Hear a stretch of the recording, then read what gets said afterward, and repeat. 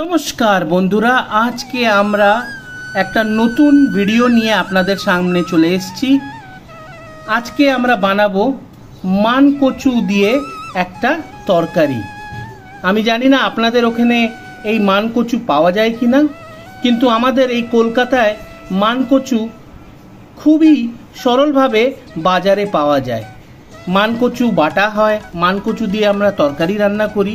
তো আজকে এই ভিডিওতে আপনাদের সঙ্গে আমি মান কচুর একটা তরকারি বানিয়ে দেখাবো। আপনারা আমার এই ভিডিওর সঙ্গে থাকুন আর দেখুন কি কত সহজভাবে আমরা মান কচুর তরকারি বানাবো। এর জন্য আমরা দুটো কাঁচা লঙ্কা নিয়েছি আর দুটো আলু নিয়েছি। তো এবার আগে মান কচুটাকে ভালো করে পরিষ্কার করে আমরা এটাকে কাটবো, আলু কাটবো, তারপরে আগে আপনারা দেখতে থাকুন।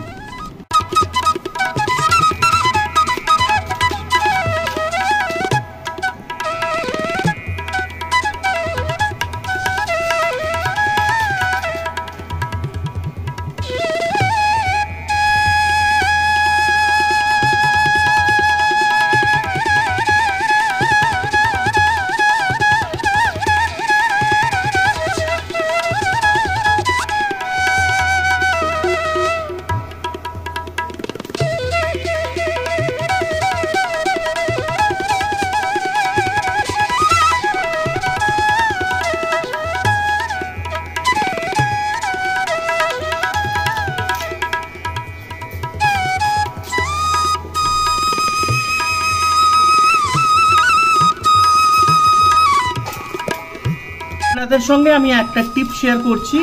যখনই আপনি এই মান কচুটাকে কাটবেন, আপনি চেষ্টা করবেন কি চোকলাটা একটু মোটা করে কাটবেন, না হলে এটাতে গলা চুলকাতে পারে। তো আমরা যদি চোকলাটা একটু মোটা করে কেটে বাদ দিয়ে দিই তাহলে আমাদের গলা চুলকাবে না, আর আমাদের খেতে এই মান কচুর তরকারি খুব সুস্বাদু লাগবে। তো এইভাবে আমরা আমাদের মান কচুকে ছোট ছোট পিস করে কেটে নিচ্ছি। আমরা এবার আলুগুলোকেও কেটে নিচ্ছি। আগে আলুর খোসাকে আমরা ভালো করে ছাড়িয়ে নেব, তারপরে আমরা আলুকেও সেইভাবে ছোট ছোট পিস করে আমরা কেটে নেব। আপনারা দেখতে পাচ্ছেন কি আমাদের কচু সুন্দরভাবে কাটা হয়ে গেছে। আপনারাও এইভাবেই কচুগুলোকে কেটে নেবেন।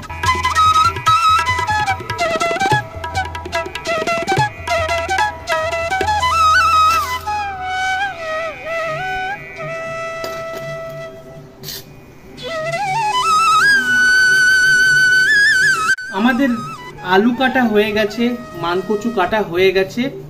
এবার আমরা একটা 1 ইঞ্চির মতন আদা আমরা ভালো করে তার বাইরের যে খোসা আছে ওটাকে ছাড়িয়ে নিচ্ছি, আর তারপরে আমরা এটাকে গ্রেট করে বা বেটে আমরা এই তরকারিতে আমরা অ্যাড করব।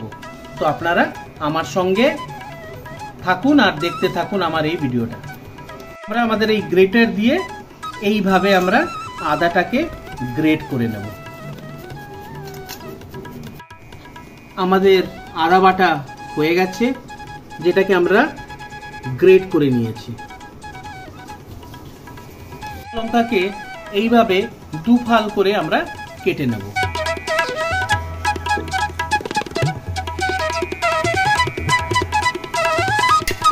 আমরা আমাদের আলু যেটা কেটেছিলাম ওটাকে ভালো করে জল দিয়ে ধুয়ে নিচ্ছি।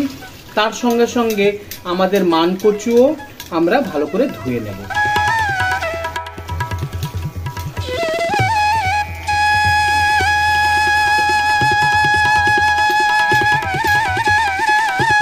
আপনারা দেখতে পাচ্ছেন আলু, আমাদের মান কচু ধোয়া হয়ে গেছে, আর তার সঙ্গে সঙ্গে আমাদের আদা গ্রেট করে নিয়েছি, তার সঙ্গে দুটো কাঁচা লঙ্কাকে আমরা দু ফালি করে কেটে নিয়েছি।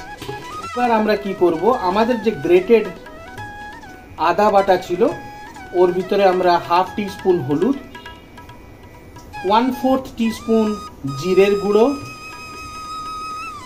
1/2 টিস্পুন ধনের গুঁড়ো আর 1/4 টিস্পুন লঙ্কার গুঁড়ো দিয়ে এটাকে ভালো করে একবার মিশিয়ে নেব। কিন্তু মেশাবার জন্য আমরা একটু জল ইউজ করব।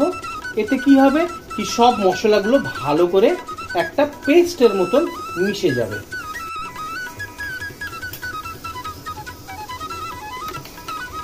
কড়াই গ্যাসের উপরে নিয়ে নিয়েছি আর গ্যাসটাকে অন করে নিয়েছি।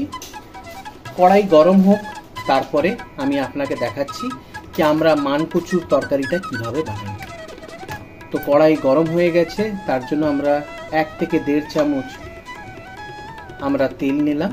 আমরা সাদা তেল ব্যবহার করছি। এবার তেলটা যখনই গরম হয়ে যাবে এতে আমরা কিছু ফোড়ন দেব। তো ফোড়নের ভিতরে আমরা ইউজ করব 1/2 টিস্পুনের মতন সাদা জিরে,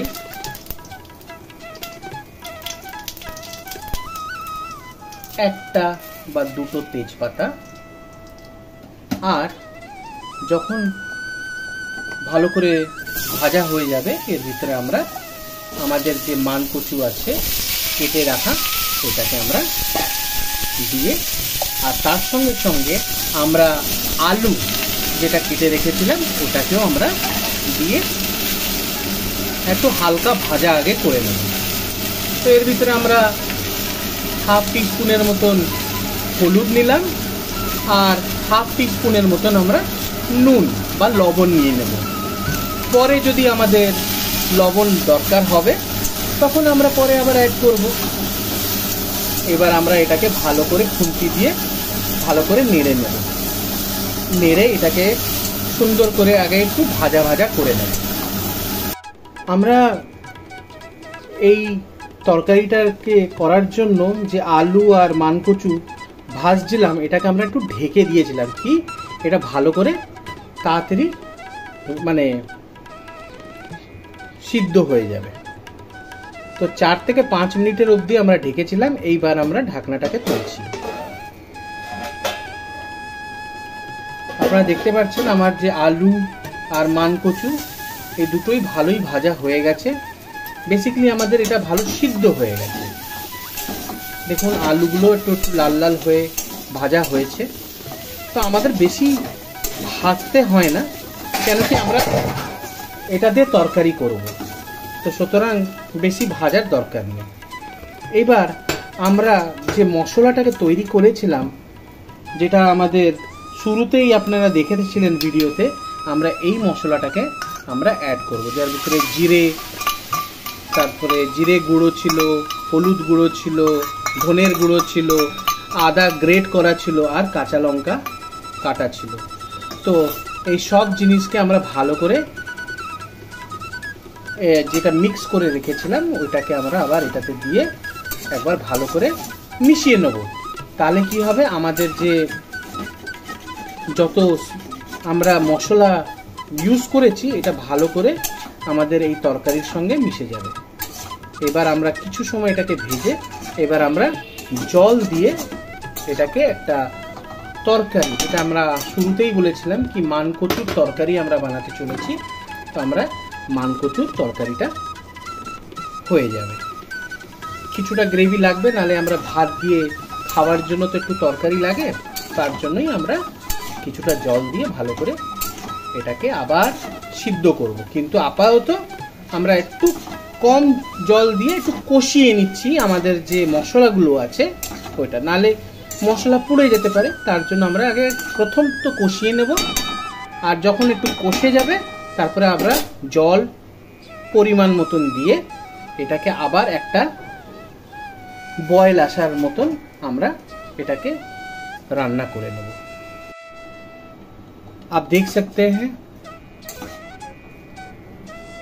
আপনারা দেখতে পাচ্ছেন কি আমার যে মশলাটা ছিল এটা ভালো করে আমাদের এই আলু আর মানকচুর সঙ্গে সুন্দর করে আমরা এটাকে ভালো করে মানে মিশে গেছে। এবার আমরা এর ভিতরে পরিমাণ মতন জল আমরা দেব, দিয়ে এটাকে আবার কিছু সময় অবধি আমরা এটাকে রান্নাটা করব।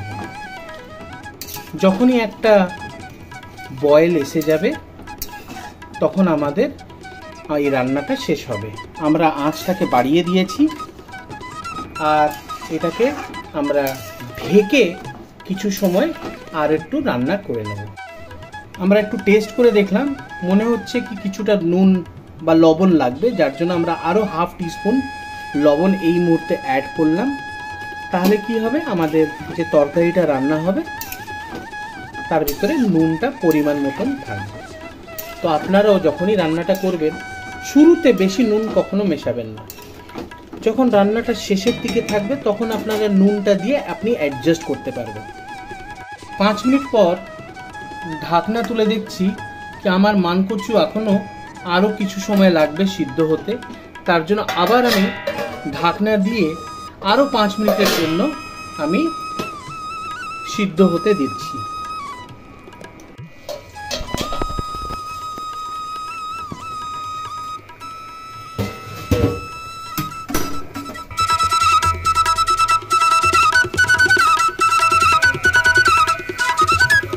আমার মানকচু আলুর তরকারি রেডি। আমি কিছুটা ধনেপাতা উপর থেকে দিয়ে দিলাম, ছড়িয়ে দিলাম। যদি আপনাকে আমার এই ভিডিওটা পছন্দ এসে থাকে তো কাইন্ডলি আপনি আপনার ফ্যামিলি, আপনার বন্ধুদের সঙ্গে আমার এই ভিডিওটা লাইক, শেয়ার এবং সাবস্ক্রাইব করবেন। আরও এরকম ধরনের নতুন নতুন ভিডিও আমি আপনাদের সামনে নিয়ে আসবো আগামীকাল। আমি আজকে যে রেসিপিটা শেয়ার করেছি, হয়তো কেউ এই রেসিপিটা ইউটিউবে ছেড়ে থাকবে, আমি জানি না। এটা একটা খুবই পৌরাণিক একটা রান্না, যেটা বাঙালিরা করে। তো আপনারা আমার এই ভিডিওটা কাইন্ডলি লাইক, শেয়ার এবং সাবস্ক্রাইব করবেন, আর দেখতে থাকুন আরও নতুন নতুন ভিডিও আমি যখন পোস্ট করব আপনি দেখতে পারবেন।